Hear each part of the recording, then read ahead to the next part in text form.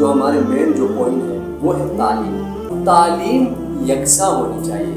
قوم بننے کے لیے تعلیم کا یکساں ہونا ضروری ہے. جب تک تعلیم یکساں نہیں ہوگی قوم نہیں بنے گی.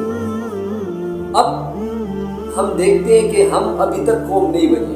ہم ابھی تک قوم نہیں بنے. ابھی تک ہم صرف کیا ہے؟ ہم ہجوم ہیں، ہم قوم نہیں ہیں. اب قوم بننے کے لیے یکساں نصاب کی ضرورت ہے، یکساں تعلیم کی ضرورت ہے.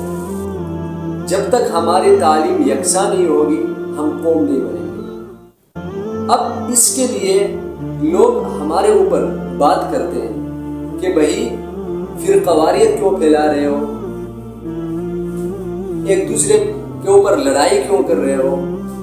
اب ہمارے مدرسے کی نصاب تبدیل کرنے کی بات کر رہے ہیں، حالانکہ یہ ازل سے آ رہا ہے کہ ہمارے مدرسے کی نصاب یکساں ہے.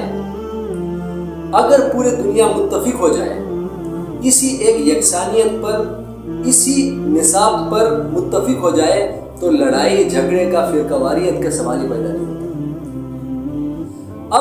اب خود اندازہ اب یہ لگائیں کہ جو بھی فرقہ ابھی تک بنی ہے، جتنے لوگ گمراہ ہو گئے ہیں وہ اس نصاب سے ہٹ کر بات کیے، ہٹ کر ان لوگوں نے عمل کیے، ہٹ کر ان لوگوں نے سمجھانے کی کوشش کی ہے.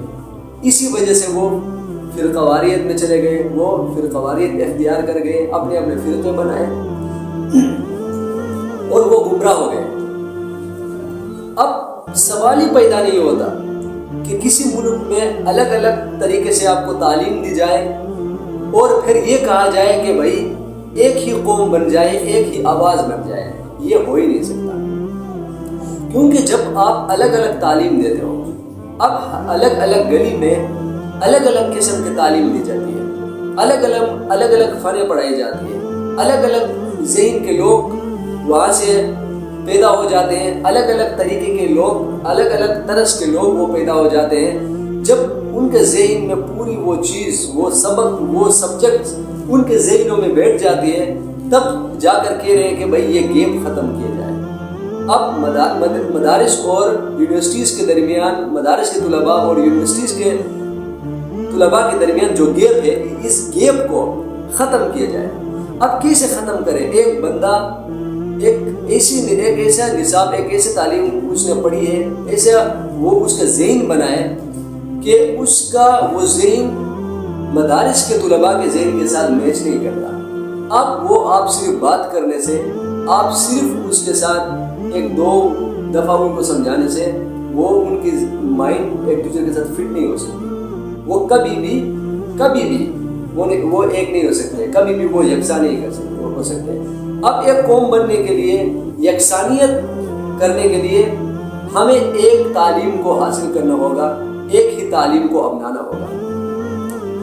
ابھی جب دیکھو امام مالک رحمۃ اللہ علیہ کو جب ہارون الرشید نے یہ خط بھیجا کہ آپ آئے میرے شاہی دربار میں آ کر مجھے پڑھائے اور اپنے ساتھ اپنے ہمراہ اپنے جو طلباء ہیں ان کو بھی لائے تاکہ وہ شاہی مہمان بنے اور مجھے پڑھائے، تو اس نے اس کو کیا کہا؟